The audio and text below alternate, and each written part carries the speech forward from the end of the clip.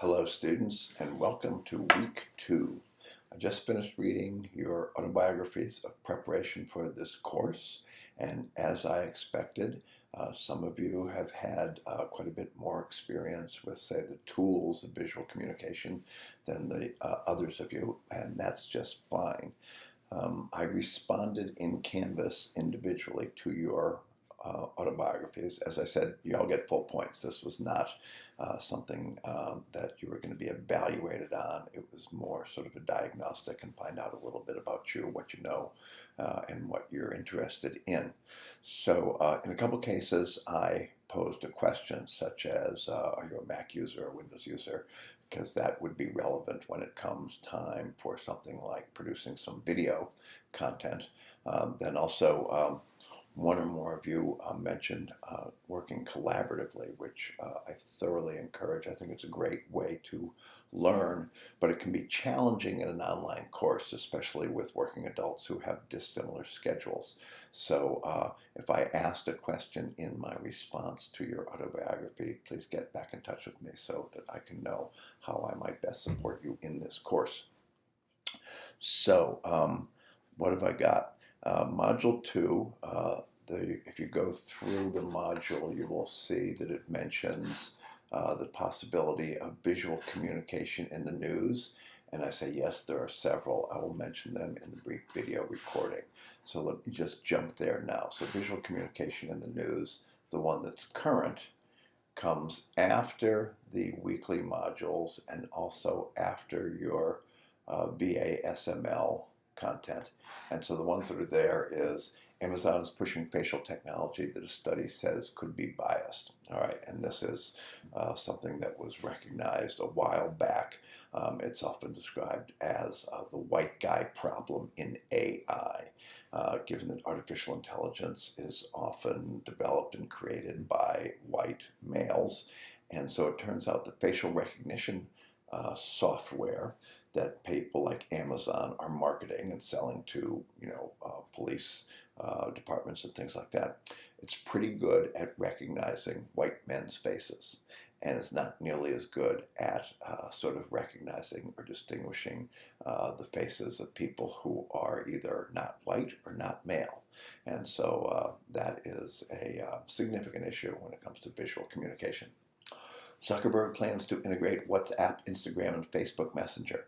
So some of you have already started on your VA-SML logs, and I encourage those of you who have not yet started to start working on that. And so what I'm going to be looking at are Facebook and Instagram. And one of the things that I know about WhatsApp is that it was a program designed for people who didn't want to give up as much information as you have to for Facebook and Instagram. So basically you can just provide a phone number, and that's all you need to do to get a WhatsApp account. And this is particularly interesting to people sometimes in other countries where censorship or saying the wrong thing could get you in trouble. Well, now, if Zuckerberg is going to integrate WhatsApp, Instagram, and Facebook Messenger, it's possible that the semi-anonymity that is available to people using WhatsApp disappears. So this then becomes a visual communication thing because you used to be somewhat invisible. Your real identity was somewhat invisible in WhatsApp, and it may no longer be. Tracking the competition with spy satellites. So this is an interesting article in the New York Times, and it talks about, I think the specific example it's giving would be a car dealer or a car manufacturer, and the fact that people who want to know information about how much stock a different car manufacturer has available and what that might what impact that might have on the value of the stock that's traded on the stock exchange. And so now what they can do is with drones, they can fly over their factories and just see how many cars are out in the lot and how much product they're moving. So the fact that people interested in sort of corporate value data can be spying on corporate headquarters when they actually produce things that are then put on lots outside of the building. All right. YouTube moves to make videos that misinform harder to find. One of the things that was identified recently is that, okay, let's say you watch one YouTube video and it's on a certain topic, and then YouTube will recommend another video that's related. But it turns out the relationship is not just sort of about the same thing. It is often in the direction of a more extreme version of the same thing. So that eventually, if you watch enough recommended YouTube videos, you could have gone to a neutral position on a topic to a rather extreme position on the topic, because that's the way the algorithm works. Well, YouTube got in trouble. One of the things people found out was this, like, okay, I'm advertising my brand of cola, and it's on your YouTube video, and if you follow enough connections, eventually this is some hate-filled video. So they had to redesign the algorithm, and so now videos that are known to be disinformation are actually being made harder to find, rather than being sort of the natural conclusion of a series of recommendations on a YouTube video. What path takes you to Congress? It's a wonderful article recently in the New York Times, and it shows how people become representatives in Congress, including what was their undergraduate major, did they go to graduate school, what line of work did they go to, did they go corporate, did they go law, did they go public service, and then it's color-coded for Republicans in red and Democrats in blue. So with this one graphic, you get to see quite a bit of information about the several hundred representatives of Congress. And then finally, the sneaky side of Instagram, and this is one that is relevant to my VASML this term, because I like Instagram, I follow some people, and then occasionally they throw up an ad, and I say, okay, I know that's an ad, it says it's sponsored, but it's those ones that are what they call influencers, where there's somebody who is sort of very hip musician or a popular sort of movie star or TV star. And then what they've got is they've got all these hashtags to different products that they like. And they like this skin cream, or they like this camera, or they like this brand of tie. And so it turns out these are people who are often getting free samples of those things in order to mention them on their Instagram account. And so one of the things that we sort of mature adults know is we're watching a program, we say, okay, I know that's an ad, so I know to sort of throw up my guard and say, I'm not going to believe what this is an advertisement.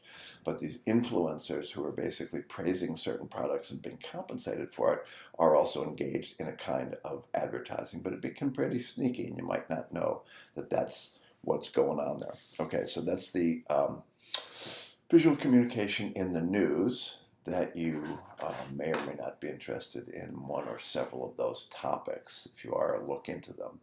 Okay, so the agenda for this week.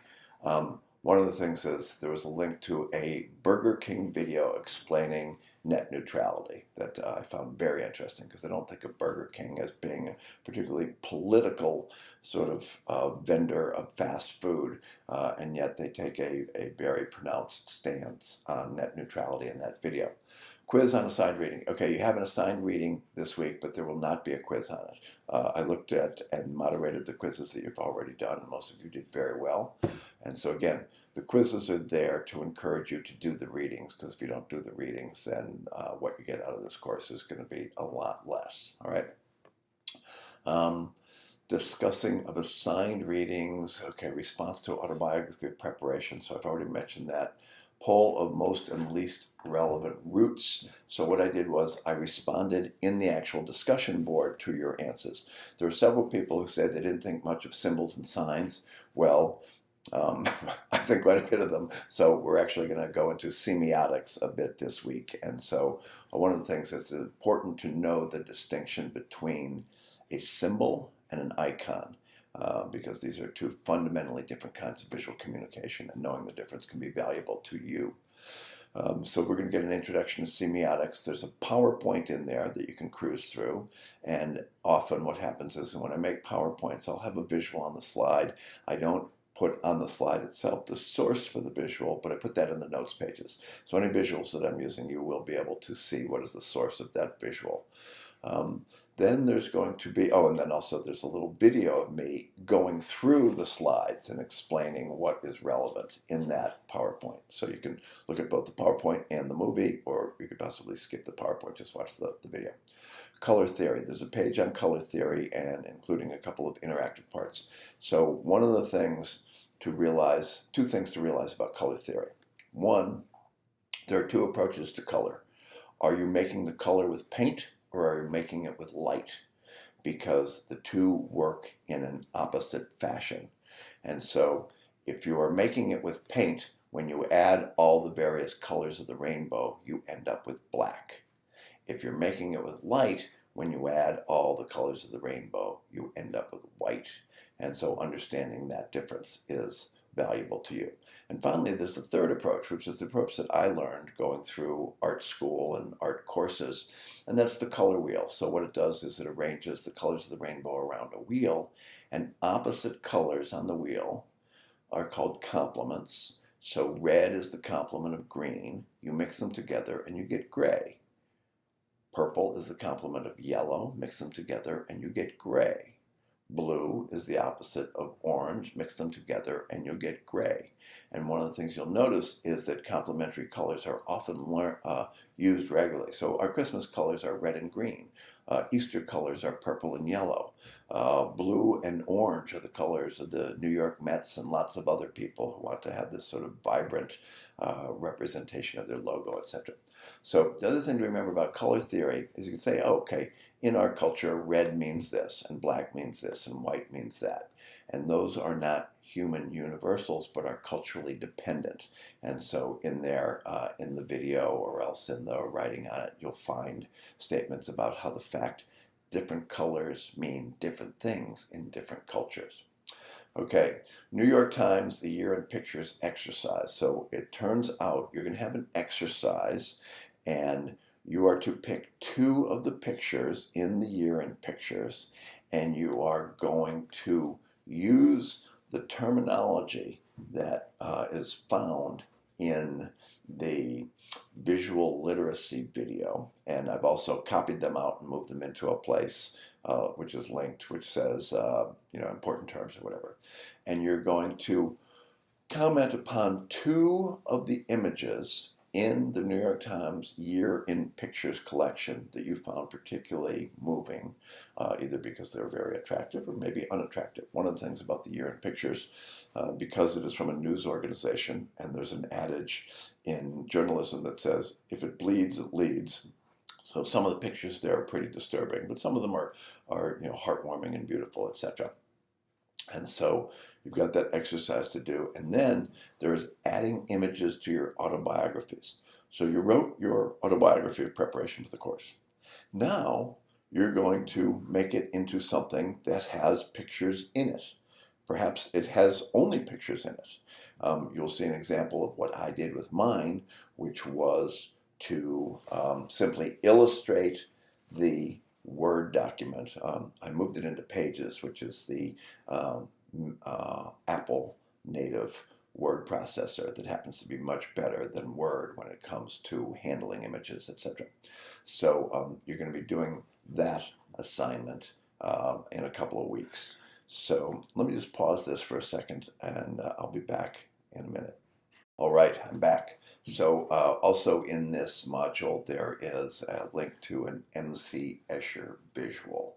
And the reason that's in there is because it is sort of reinforcing what we learned in Module 1 about our amazing creative ability to creative genius for vision.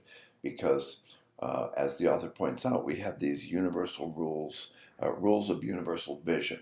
And what MC Escher has done is he has taken a two-dimensional space and he has created a illusion of three dimensions, but he's created something which is impossible. It would be impossible to actually construct one of these in three dimensions. But because of the fact that perspective drawing is creating these, it has these rules for interpretation, and we have these innate rules for interpreting things. He creates these impossible structures. And so it was kind of an interesting ratification of some of the things that were in that first chapter that you read. All right, the introduction of semiotics is there, and there's a video on it. Color theory is there, and there's a video on it. First shot at analysis is there, and so basically you're to look at the year in pictures, pick a couple that you're going to compare, and then you're going to use those terms, and there's a link to important terms page to describe them.